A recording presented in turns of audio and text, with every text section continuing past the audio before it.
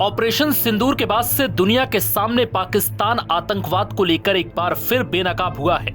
लेकिन इस बीच आतंक को पालने पोसने वाले पाकिस्तान के लिए आंसू बहाने वाले कुछ देशों को अब कांग्रेस सांसद शशि थरूर ने आईना दिखाया और उन्हीं के देश में बैठकर आतंकिस्तान के लिए भावुक होने वाले कोलंबिया को जमकर सुनाई। दरअसल कांग्रेस सांसद इस समय कोलंबिया की राजधानी बोगोटा में हैं। वो आतंकवाद के खिलाफ भारत के सफल ऑपरेशन सिंदूर की जानकारी साझा करने के लिए एक सर्वदलीय प्रतिनिधि मंडल की अगुवाई कर रहे हैं। थरूर ने इस दौरान कहा कि हम कोलंबिया सरकार की प्रतिक्रिया से थोड़ा निराश हैं। मुझे लगता है कि शायद स्थिति को पूरी तरह से समझा नहीं गया, क्योंकि कोलंबिया ने पाकिस्तान में आतंकी ठिकानों पर भारत के हमले में मारे गए लोगों के प्रति संवेदना जताई। थरूर ने कहा कि जैसा मैं पहले भी कह चुका हूं कि हमारे पास बहुत ठोस सबूत हैं। जब पहलगाम में आतंकी हमला हुआ तो इसकी जिम्मेदारी द रेजिस्टेंस फ्रंट नाम के एक आतंकी संगठन ने ली। ये संगठन पाकिस्तान के मुरीदके में लश्कर-ए-तैयबा की एक इकाई है। थरूर ने कहा कि हम निश्चित रूप से उम्मीद करते हैं कि अन्य सरकारें उन लोगों को जो आतंकवादियों को सुरक्षित पनाह और संरक्षण देते हैं ऐसा करना बंद करने के लिए कहेंगी। ये वास्तव में बहुत मददगार होगा, चाहे वो सुरक्षा परिषद में हो या इसके बाहर। On the question of our expectations from this visit, as I said at the beginning, Ayushi, we are here looking for understanding.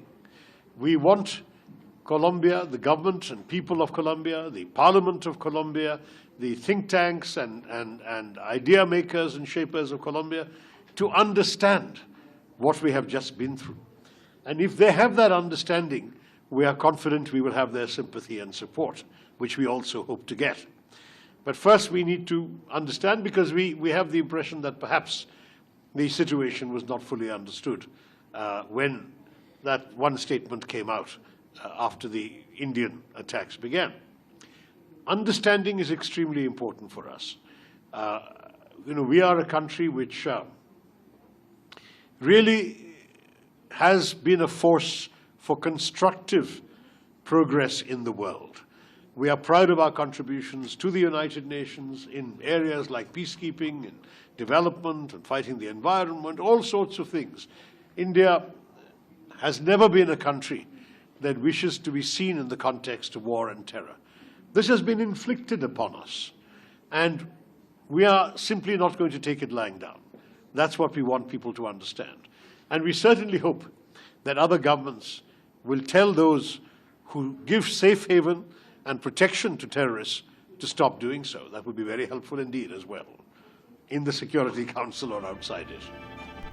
वहीं किसी तीसरे देश की मध्यस्थता के सवाल पर कांग्रेस सांसद शशि थरूर ने कहा कि हमें अमेरिका के वरिष्ठ अधिकारियों और तमाम देशों, फ्रांस, यूएई, सऊदी अरब और अन्य के वरिष्ठ अधिकारियों से कई फोन कॉल आए।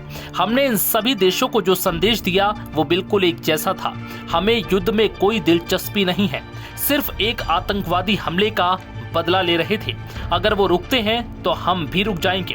अगर ये संदेश इन देशों की ओर से पाकिस्तान को दिया जाता तो पाकिस्तान को रोकने के लिए राजी करने में इसका असर हो सकता था, क्योंकि उन्हें पता था कि उनके रुकने का मतलब ये होगा कि भारत भी चीजों को रोक देगा। इसलिए ऐसा हो सकता है कि ऐसा ही हुआ हो, लेकिन निश्चित रूप से मध्यस्थता की कोई सक्रिय प्रक्रिया नहीं थी। नव भारत टाइम्स की रिपोर्ट।